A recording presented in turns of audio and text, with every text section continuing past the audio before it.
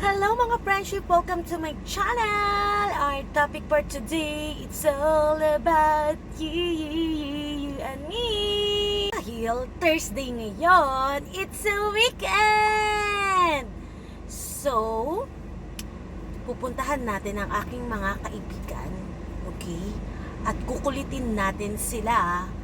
Puntahan natin sa Ate Elia para bigyan ng bonsai! Dahil last time binigyan niya ako ng money plant. So, palit lang. So, samahan niyo ko at nag-iisip ako ng challenge na gagawin namin with friends. At today's video, I'm gonna teach you how to make a spicy, healthy, homemade fishball! The first thing we need to do, how to make the unique homemade fishball. First thing, we need to chop the garlic and we need to clean it and put it to the blender. The second step to do, we need to clean the onion and chop it to the small pieces and put it together with the garlic.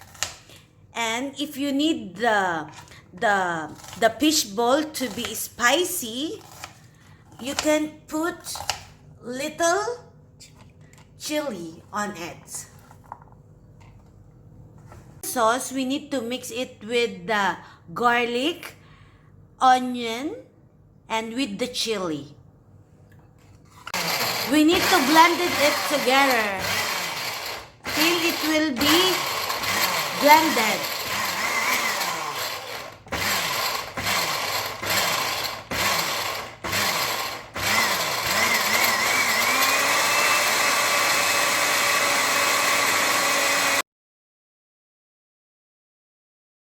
We need to mix it well with the tuna. We need to mix it well with the garlic, onion, chili, and with the tuna. Mix it with 1 egg. That's special. That it will have a special taste. We need to add the flour after we put the egg. And we need to mix it all together. We need to add also the baking powder. Our fishball to be spicy, healthy, so we decided to add some carrots on it. So this one is an option if you want your fishball to be healthy.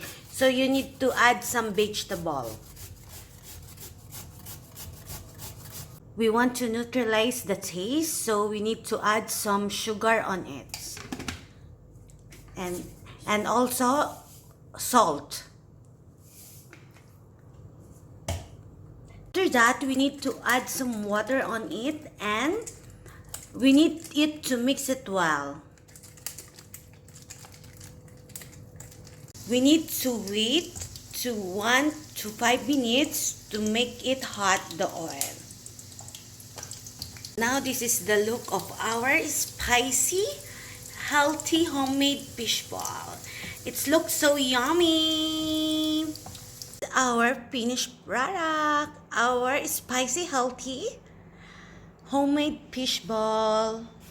Let's eat! Eating time! Mga friendship, I hope you like this video. Please don't forget to put your comment below. And please don't forget to like, share, watch, and subscribe. Bye!